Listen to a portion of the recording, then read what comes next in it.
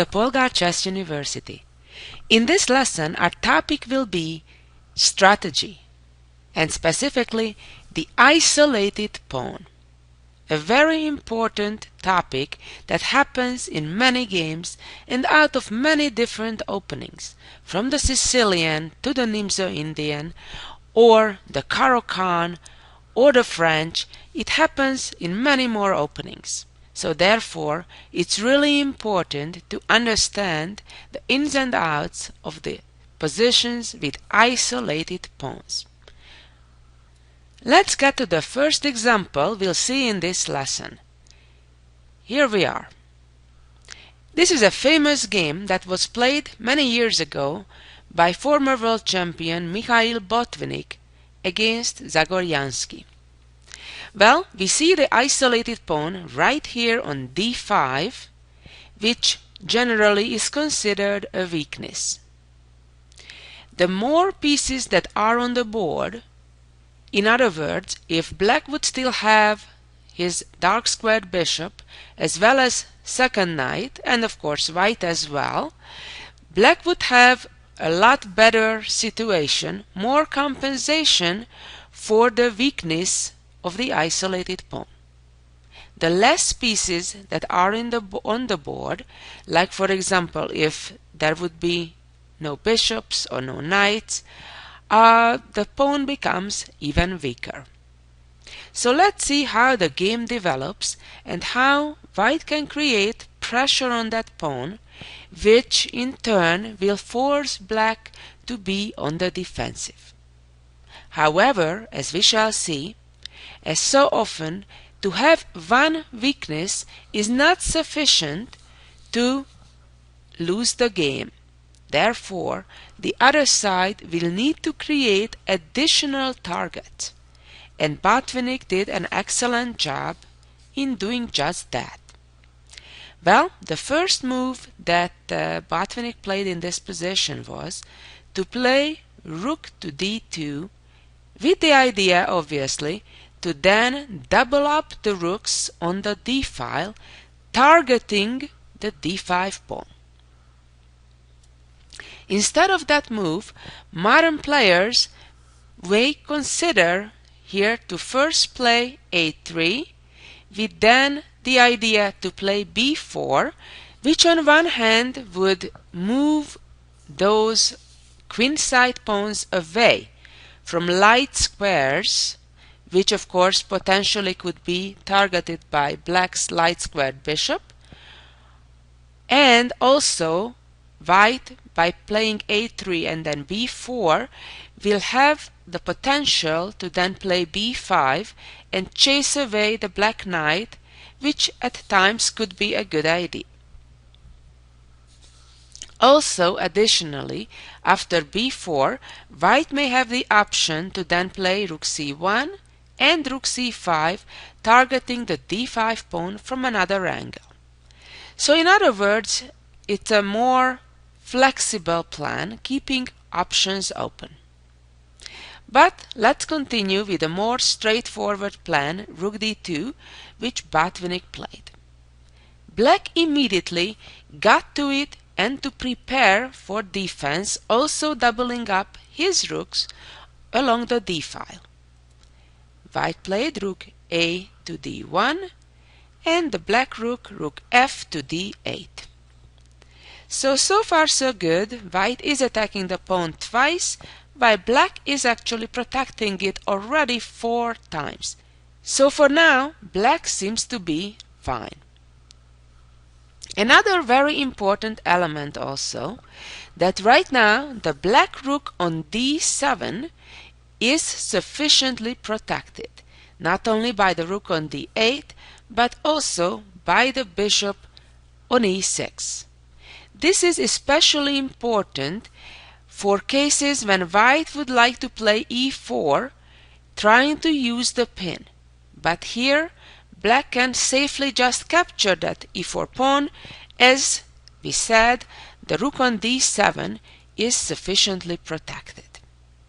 So let's go back, because of course white did not play e4 at this moment, but simply decided to improve the position little by little. the first thing white did, played h3 to open up a little window for the white king, just in case, to avoid any ideas of any back rank checkmate. Black did exactly the same by playing h6, which on one hand opens up the window for the king, and on the other hand also prevents any future knight g5 ideas. Certainly logical.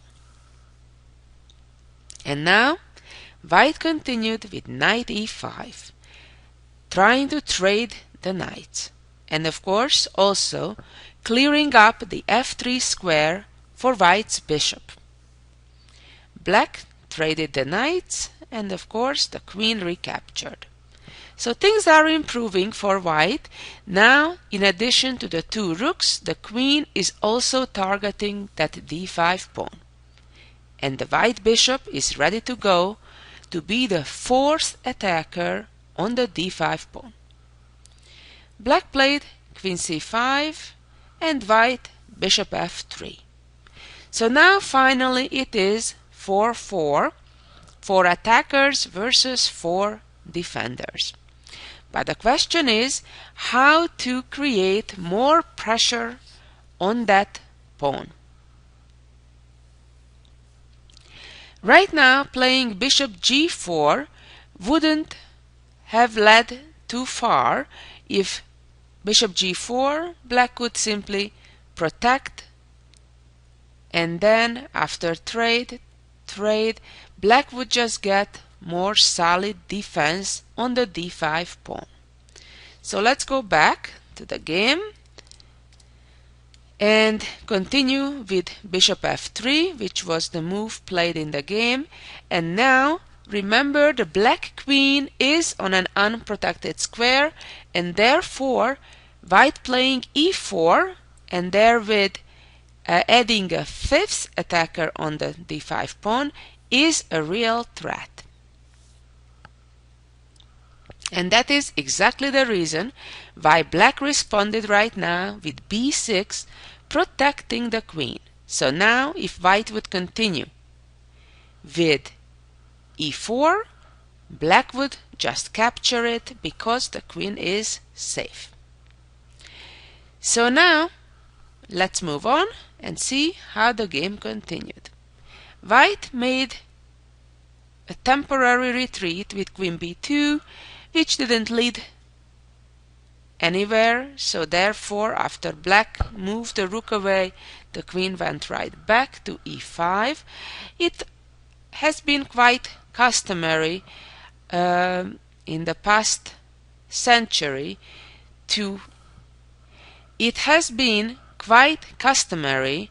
in the times since chess clock and time controls have been introduced to make kind of repetition of moves just once to gain time on the clock, to give yourself a little bit more time to think on what really the correct plan may be.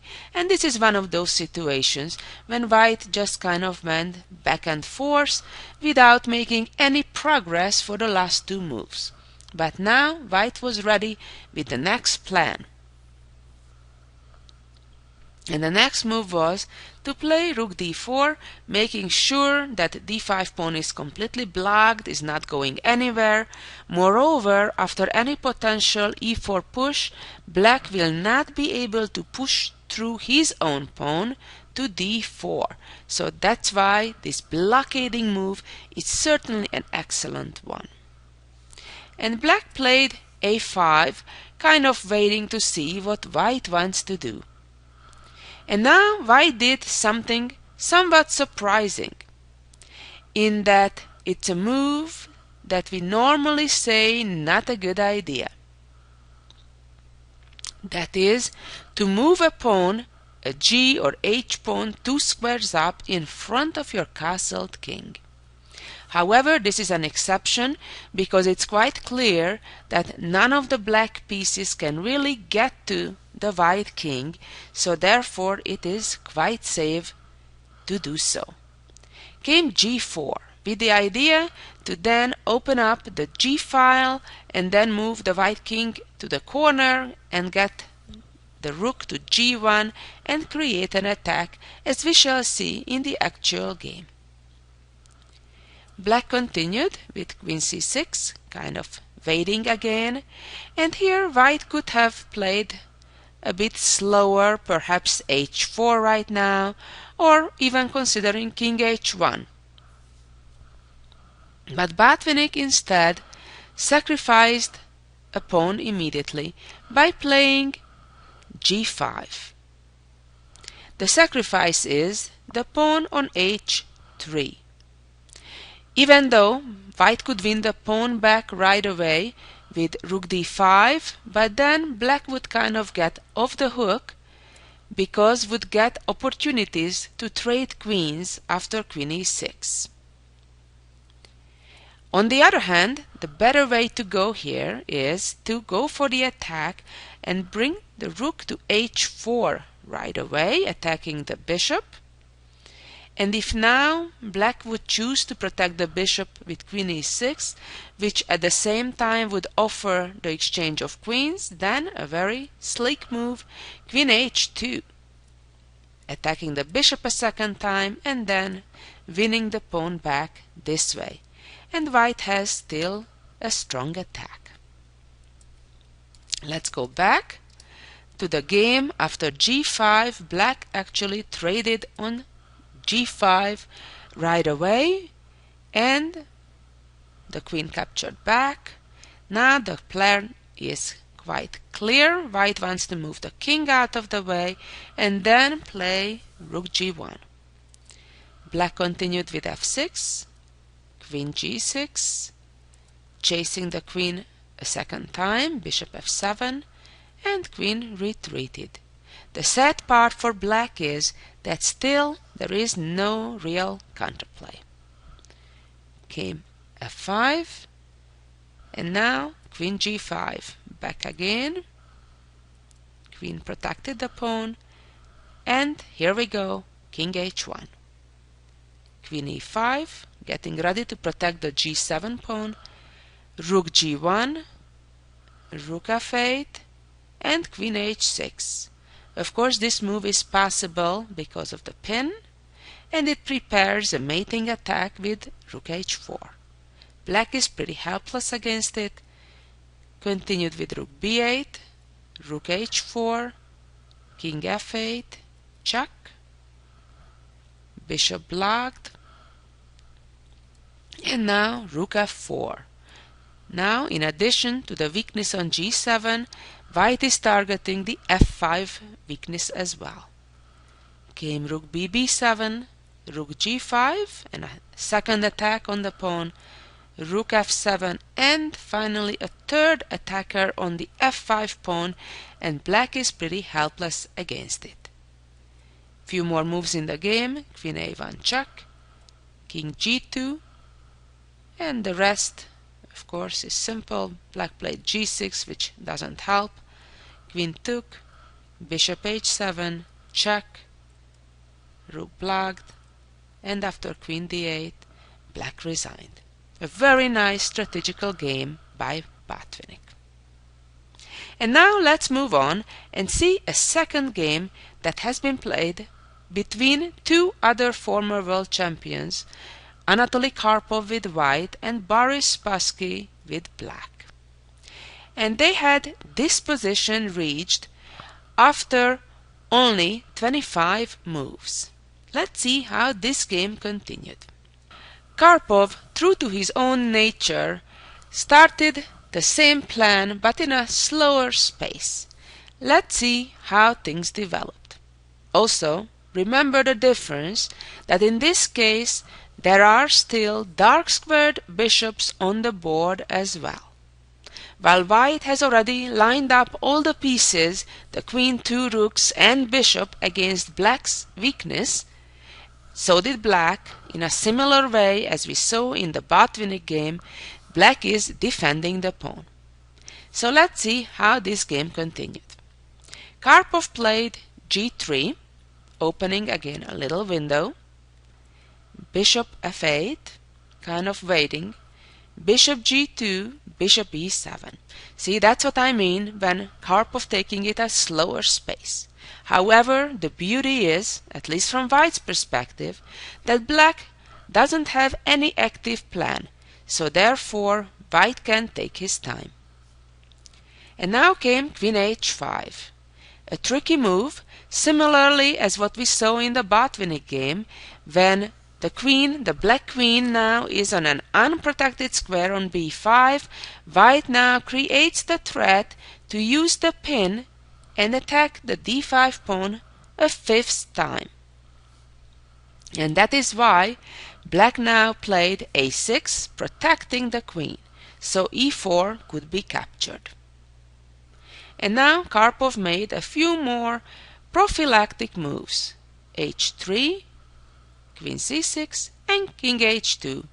See, that's what I mentioned in the Botvinnik game, that Botvinnik could have done that also to get out of the g-file in preparation of a future g-file opening. Black is still waiting, queen b5, and now f4. This is a new plan, somewhat different from the Botvinnik game, but a very strong one, because now white is threatening to advance that pawn even further and trap black's bishop. If black right now would respond by playing f5, then white already would play queen g6, attacking on g7, trying to checkmate, as well as the bishop at the same time.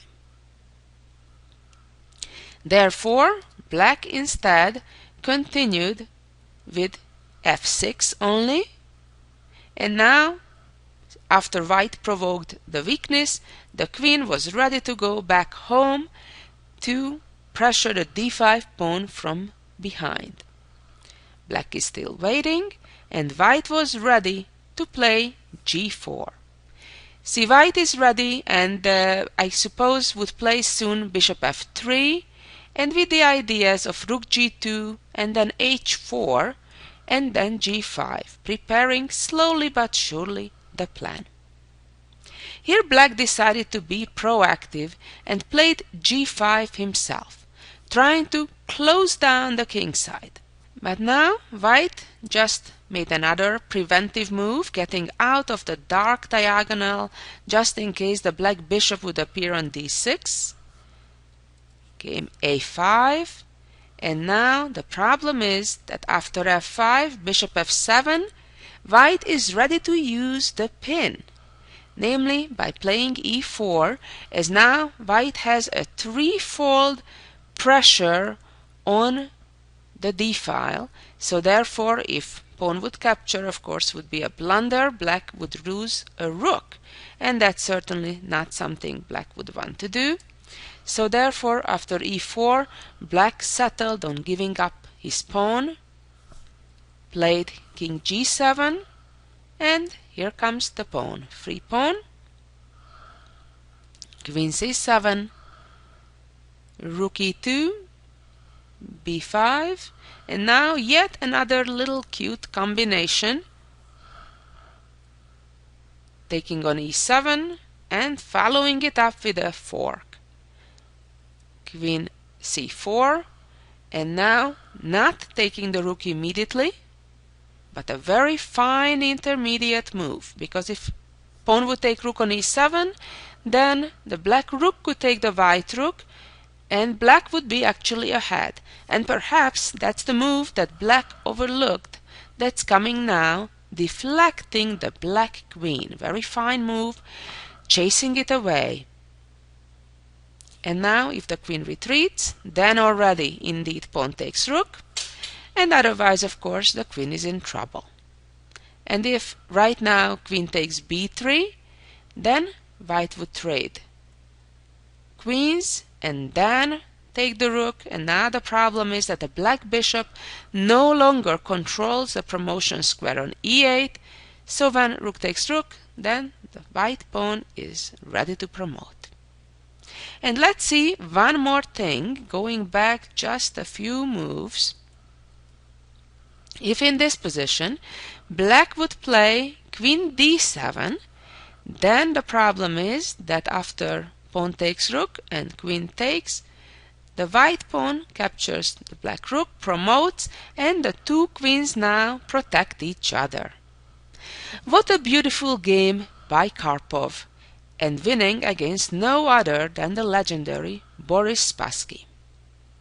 I hope you learned quite a bit about strategical ideas on how to play against isolated pawns. Then, of course, from the other side looking in, if you have isolated pawn, you generally want to try to keep as many pieces on the board as you can, so you can create an attack of your own. Because in situations when you get into pure defensive positions, it's not fun at all, and more often than not, white is able to win. And now let's see the jewel of the week. What an interesting position that we see in front of us. In this position it is black to move. I suggest you try to analyze this position and see what is the objectively correct outcome here, assuming that both sides are playing their best. Well, first of all, let's see what happens if the black king captures the rook, which is the most natural move. Well, then the game will end in a draw immediately, because white captures the black pawn, and the last pawn will be gone as well, which will easily guarantee white a draw. Okay, how about if black tries to win the game by advancing the pawn to e2?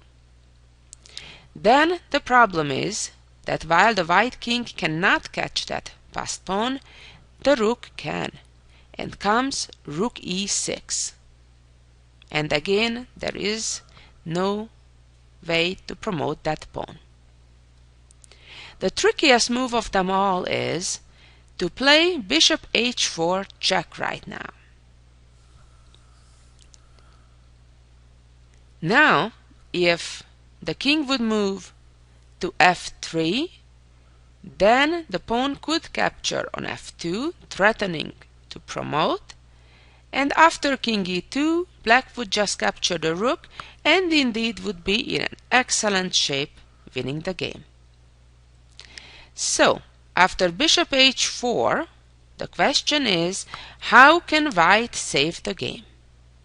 The challenge is that after white plays now king takes pawn on h3, black captures on f2, and now if king g2, then the rook is hanging, and the rook is unable to go to either f6 or g1 without being captured. So this is the amazing, beautiful part when white can save the game thanks to stalemate. There are actually two ways that seem to work, but only one of them does. Rook g1 would work if now black would capture with all pieces other than a knight. As we know, a bishop and knight is a winning advantage against a lone king, and of course in this case winning white's last pawn is only a matter of time. Of course, capturing on g1 and promoting a queen or rook would have led to stalemate, and of course having two dark squared bishops are not sufficient material advantage to win. So the only way black would win here is by promoting to a knight. So what is the correct way then? Well, the beautiful correct way to continue is to play rook to g2. Pretty impressive move, threatens to capture the last pawn that black has, and now if black promotes to a queen, that results in stalemate. The same would happen if black promotes to a bishop, and promoting to a rook is not sufficient material advantage, as now white can just move the rook away someplace, and rook and bishop, even not counting the white pawn versus the white rook, is an objectively drawn endgame. Well, I hope you enjoyed this little beautiful composition and of course our strategy lesson on the isolated pawn. Thank you and be back for the next lesson. Bye bye.